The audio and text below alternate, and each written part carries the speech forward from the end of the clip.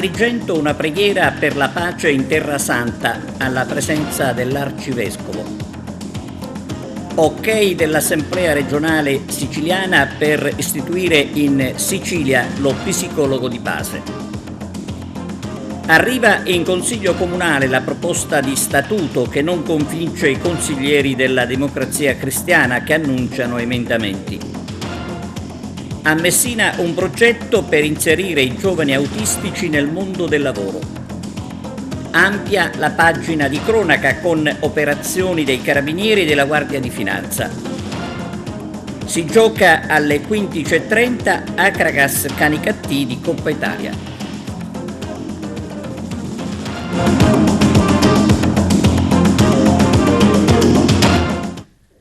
Benvenuti su TVA Notizie. Come avete sentito dai titoli, alla Cattedrale di Agrigento si è pregato per la pace in Terra Santa. La funzione è stata presieduta dall'Arcivescovo Monsignor Alessandro Damiano. Il servizio di Arturo Cantella. Si è svolta ieri in cattedrale una cerimonia solenne di adorazione eucaristica per la pace in Terra Santa, presieduta dall'Arcivescovo Don Damiano. In occasione di questo momento tragico per la Terra Santa e per tanti altri paesi in guerra, sotto la direttiva della Presidenza della CEI, Conferenza Episcopale Italiana, per promuovere una giornata di digiuno, preghiera e astinenza per la pace e la riconciliazione in comunione con i cristiani di Terra Santa, secondo le indicazioni del Patriarca di Gerusalemme, incontrandoci nella preghiera corale per consegnare a Dio la nostra sete di pace, giustizia e riconciliazione. Anche la Chiesa agrigentina si è unita a questo momento di adorazione che si è concluso con lo schema preparato dall'Ufficio Liturgico Nazionale. L'Arcivescovo Don Damiano ha convocato le comunità della Forania di Agrigento, invitando anche le comunità ecclesiali formate dalle parrocchie a vivere comunitariamente questo momento di preghiera.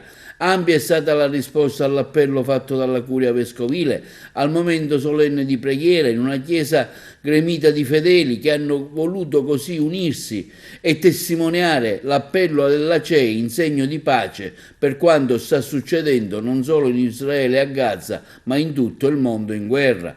La cerimonia è stata accompagnata da musiche e preghiere cantate dai cori dalla cattedrale del Magnificat.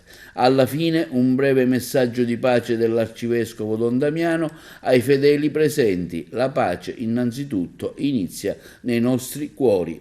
Un versetto del Salmo che ricorda come si parla di pace, ma nel cuore sia la guerra. Questo avviene nei tavoli dei governi e a volte anche alle tavole di nascosto. E la pace innanzitutto inizia nei cuori, inizia nelle relazioni. Poi c'è quell'altro versetto: guidare i nostri passi sulla via della pace. Quando diciamo i nostri, diciamo quelli di ciascuno di noi. Buona serata a tutti.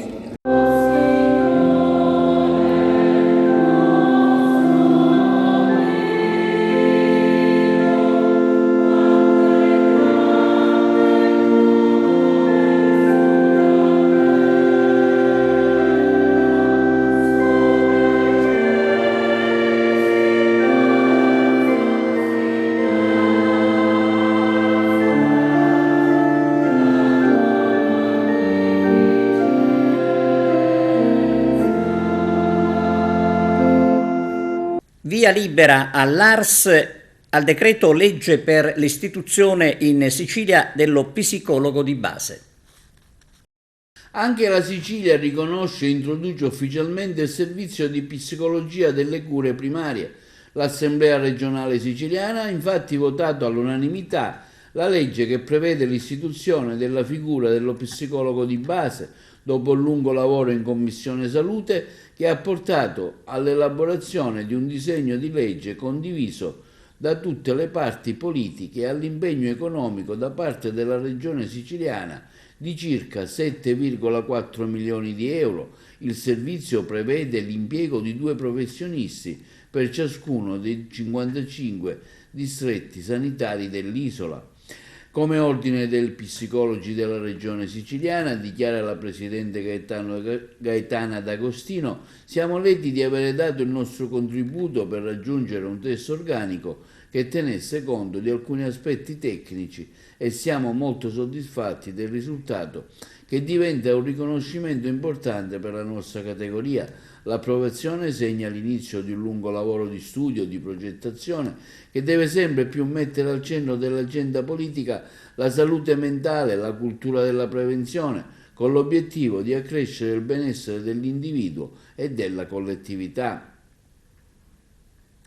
La Presidente dell'Ordine degli Psicologi Siciliani prosegue: oggi il sistema sanitario regionale non riesce purtroppo a prendere in carico tutte le richieste che provengono dal territorio e per questa ragione molti cittadini sono costretti a rivolgersi al privato con l'onere di sostenerne i costi. L'istituzione del servizio di psicologia delle cure primarie colmerà questo vuoto, assicurando un primo livello di cura accessibile a tutta la cittadinanza e costituendo così un importante filtro per i livelli secondari delle cure. Questo rappresenta un passo significativo nella promozione della salute mentale, nel miglioramento del benessere complessivo della popolazione siciliana. Finalmente, dicono i consiglieri della Democrazia Cristiana di Agrigento, la proposta di statuto della Fondazione di Agrigento, capitale della cultura, è giunta in Consiglio Comunale, ma si annunciano emendamenti. Arturo Cantella. Nota stampa dei consiglieri della Democrazia Cristiana di Agrigento, Vitellaro, Zicari, Spataro e Bongiovi, che affermano come finalmente dopo lunghi mesi e all'indomani del nostro sollecito, dopo 24 ore, la proposta dello statuto della Fondazione di Agrigento, capitale della cultura, arriva finalmente in Consiglio Comunale.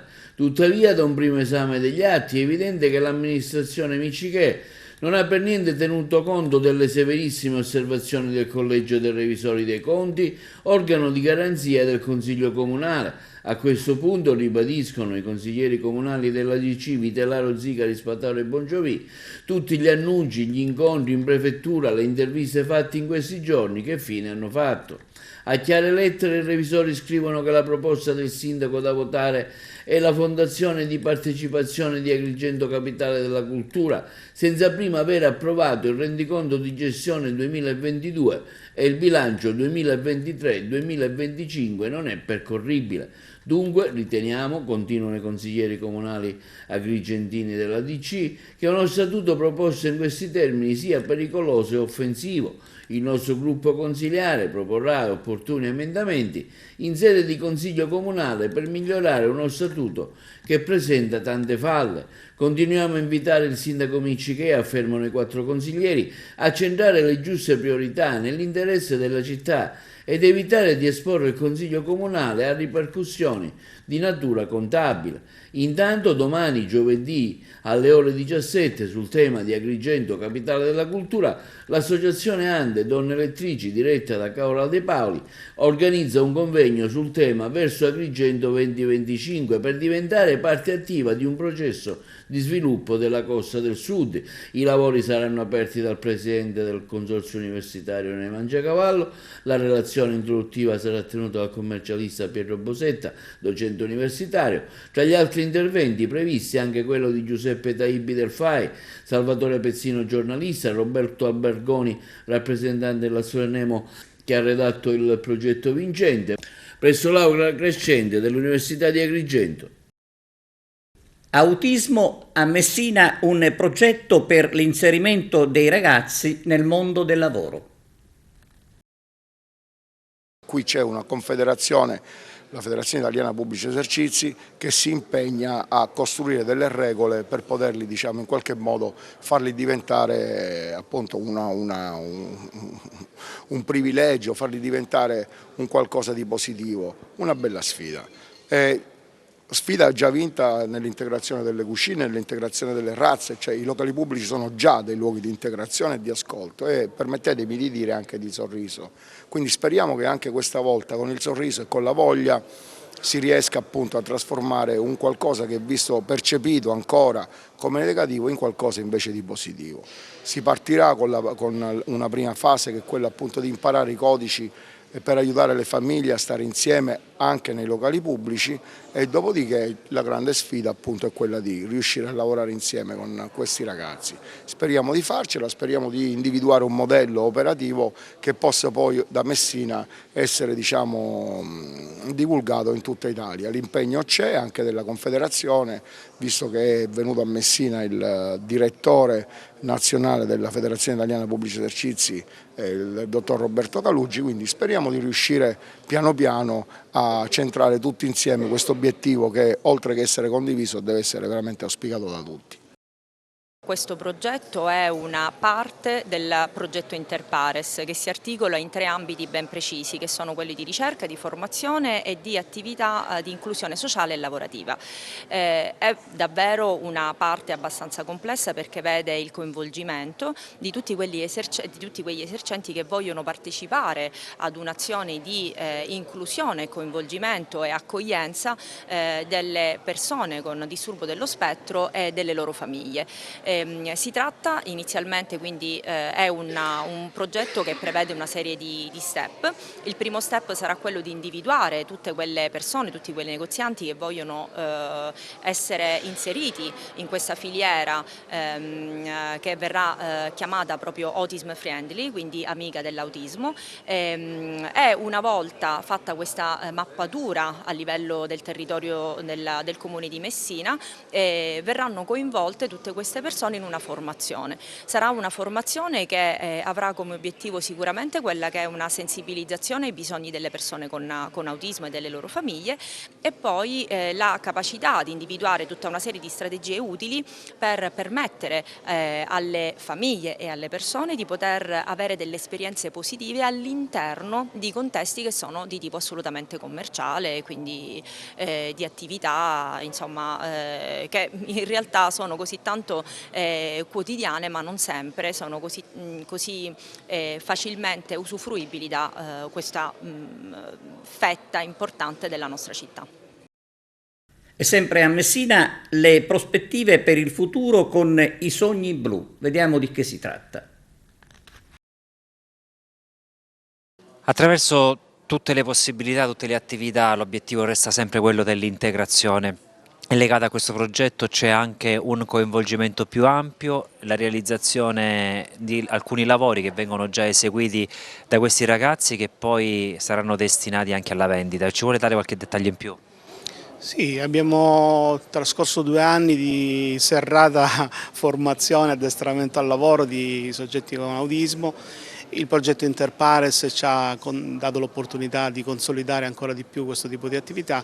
Ora dobbiamo alzare un attimino l'asticella, i ragazzi sono preparati per produrre, dobbiamo trovare un locale più idoneo per portare avanti la nostra iniziativa che si chiama Sogni in Blu, perché comunque i nostri prodotti sono ormai molto apprezzati dappertutto, quindi abbiamo come obiettivo, ci siamo dati quelli, insomma, di distribuirli sul territorio nazionale. E con l'obiettivo è dare dignità a queste persone spesso escluse, emarginate. Ma infatti la riabilitazione da sola non è sufficiente a dare dignità ai nostri pazienti, per cui questi ragazzi va rispettata la loro dignità e la loro capacità di essere produttori e quindi di essere lavoratori, quindi occorre sviluppare iniziative di tipo abilitativo ed inclusivo nell'ambito del lavoro. Noi stiamo facendo questo, queste cose rispondono bene, cioè forniscono degli esiti molto positivi perché i ragazzi comunque si sentono riconosciuti e fanno quello che stanno facendo fino ad oggi con grande motivazione e grande passione. Al Museo Griffo di Agrigento convegno organizzato dalla scuola Agorà Mundi su mediazione linguistica e culturale, ipotesi e prospettive sul Mediterraneo. Arturo Cantella. Mediazione linguistica e culturale, ipotesi e prospettive sul Mediterraneo, è stato questo il tema del convegno promosso nella giornata di ieri nella Sala Fazzello del Museo Griffo di Agrigento dalla Scuola di Studi Superiori Agora Mundi, che ha promosso nella Città dei Templi da alcuni anni il primo corso di laurea triennale L12 per la formazione di mediatori culturali. Intanto abbiamo una testimonianza qui in sala, abbiamo portato le allieve e gli allievi che grazie alla laurea nel corso di mediazione linguistica e culturale di Agrigento hanno trovato un posto coerente con il titolo di studio che hanno avuto, che hanno fatto. Ci sono quelle che lavorano nelle carceri, quelle altre persone che vengono chiamate dalla procura, quelli che lavorano nelle scuole e quelli che lavorano negli alberghi. Quindi siamo in una situazione in cui abbiamo un corso che ha concrete possibilità e prospettive di impiego. Non è un corso generico di lingue, è un corso che prepara professionalità adeguate. Paolo Savona La Saia, Agora Mundi, quanto è importante questo corso e quali prospettive apre ai tanti giovani che lo vogliono frequentare o che lo vorranno frequentare? Ma il corso è molto importante, contestualizzato nel territorio e anche nel momento storico che stiamo vivendo.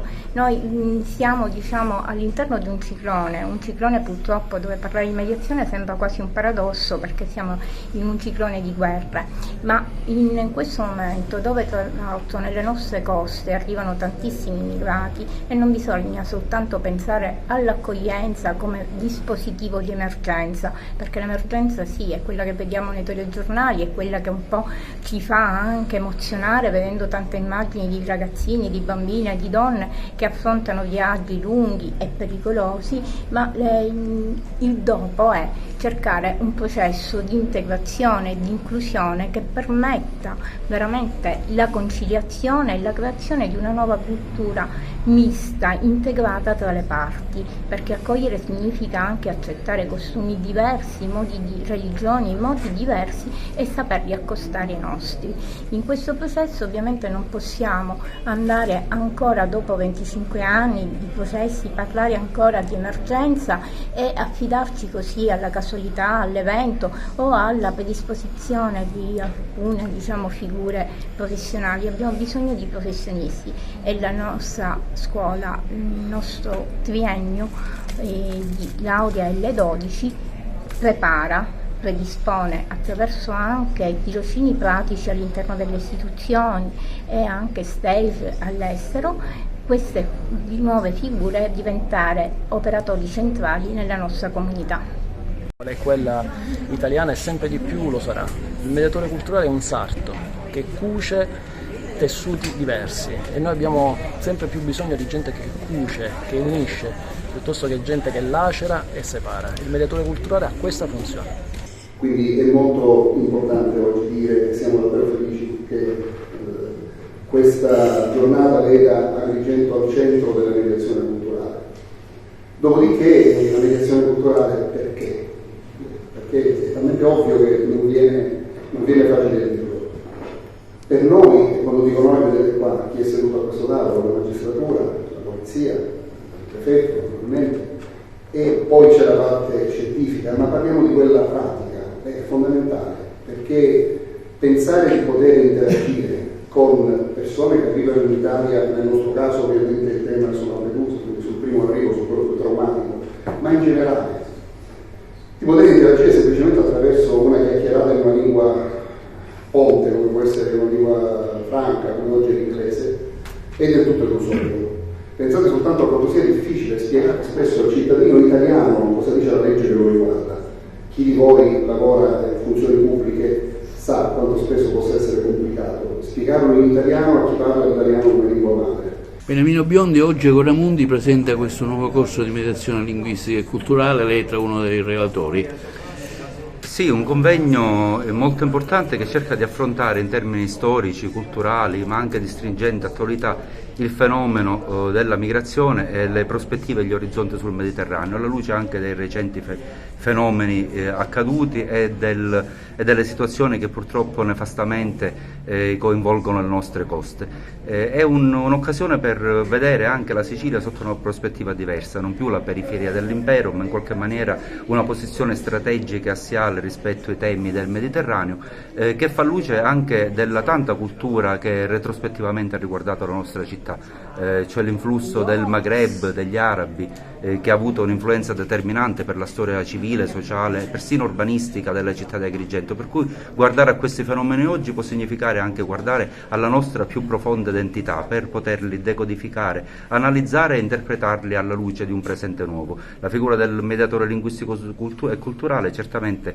serve perché soddisfa nuovi bisogni che sono emersi, e in qualche maniera questa interlocuzione su argomenti così significativi per il nostro territorio non può che costituire un beneficio per la stessa società agrigentina.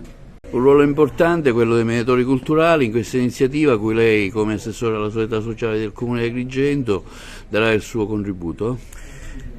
Oggi si parlerà di quello che in un certo senso è il fenomeno che è caratteristico delle nostre zone, sfortunatamente in un certo senso, ma io lancerò un mio punto di vista rispetto al duro compito delle istituzioni, rispetto al mettere insieme le cose. E qui il ruolo dei mediatori culturali è fondamentale e importante, perché fa da cuscinetto rispetto a quelle che sono a volte le realtà sconnesse anche di chi arriva e come deve essere affrontato il tema dell'accoglienza. Quindi un tema importante, ringrazio chi mi dà oggi l'opportunità di poter relazionare. Il Comune di Agrigento e il suo assessorato alla solidarietà sociale è presente, è disponibile per qualsiasi tipo di opportunità, anche in termini di costruzione di rete, perché è sempre fondamentale parlare di rete, parlare di istituzioni ed enti che insieme si mettono attorno a un tavolo, discutono, parlano e trovano le soluzioni. E veniamo all'ampia pagina di cronaca. È stata chiamata a dazio l'operazione dei Carabinieri di Catania nei confronti di un gruppo criminale composto da giovani vicini ad un clan mafioso. Presa di mira una discoteca nel centro di Catania.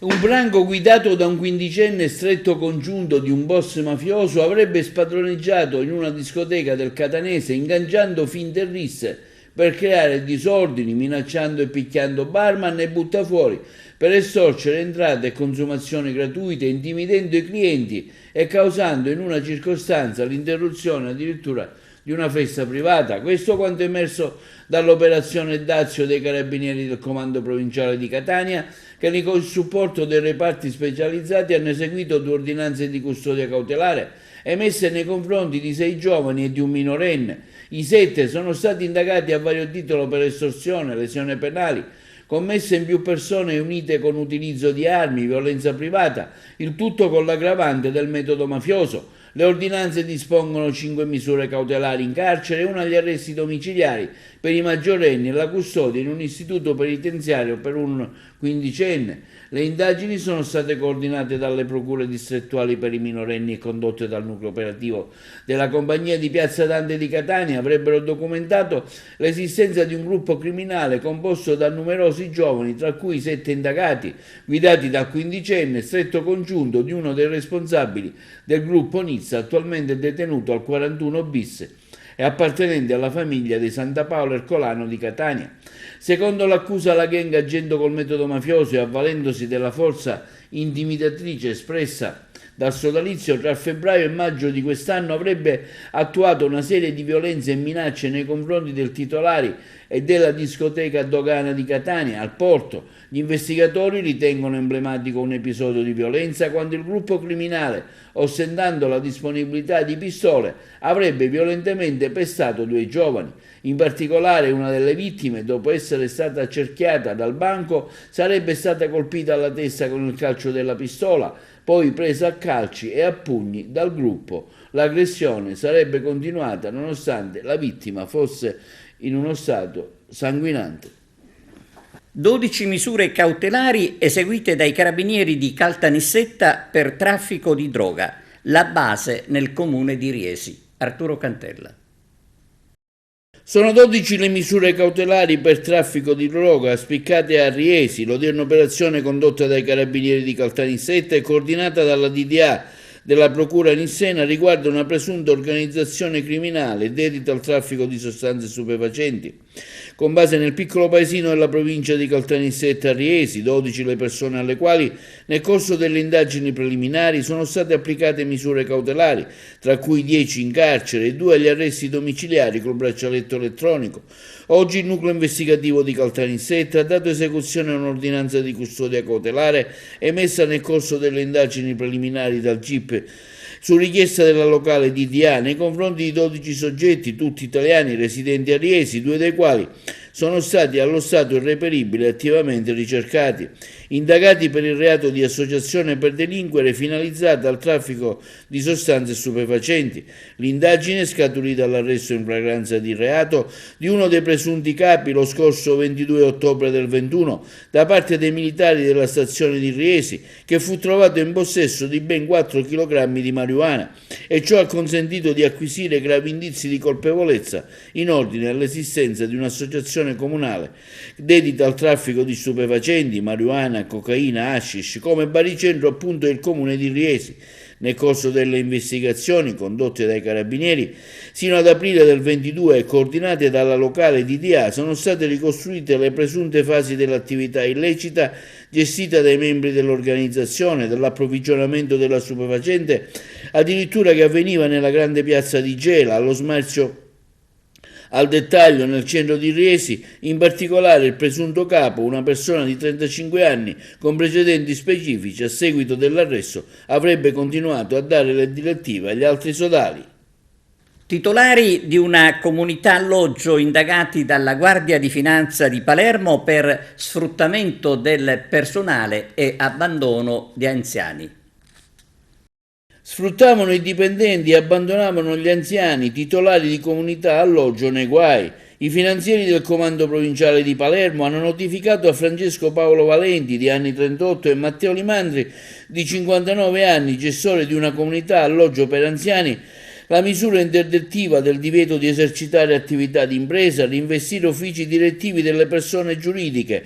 Il provvedimento è stato emesso dal GIP su richiesta della Procura di Palermo.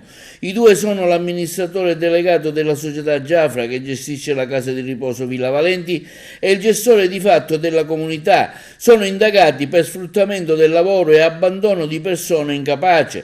Le indagini sono state condotte dal Nucleo di Polizia Economico-Finanziaria di Palermo, Gruppo Tutela Mercato Capitali, sono state avviate dopo la segnalazione di un parente di un ospite. I finanzieri hanno accertato che i lavoratori venivano sfruttati, che gli anziani, persone non autonome, venivano abbandonate a loro stesse. L'amministratore e il gestore, approfittando dello stato di bisogno di 3 dipendenti non regolarmente assunti, risultati privi di qualifiche per svolgere le mansioni che avevano, a fronte di estenuanti turni giornalieri e senza alcun rispetto nella normativa in materia di ferie, permessi e riposi settimanali, avrebbero dato loro compensi di gran lunga indicati nei contratti nazionali inferiori, circa 2,40 € l'ora invece di 8,41 previsti.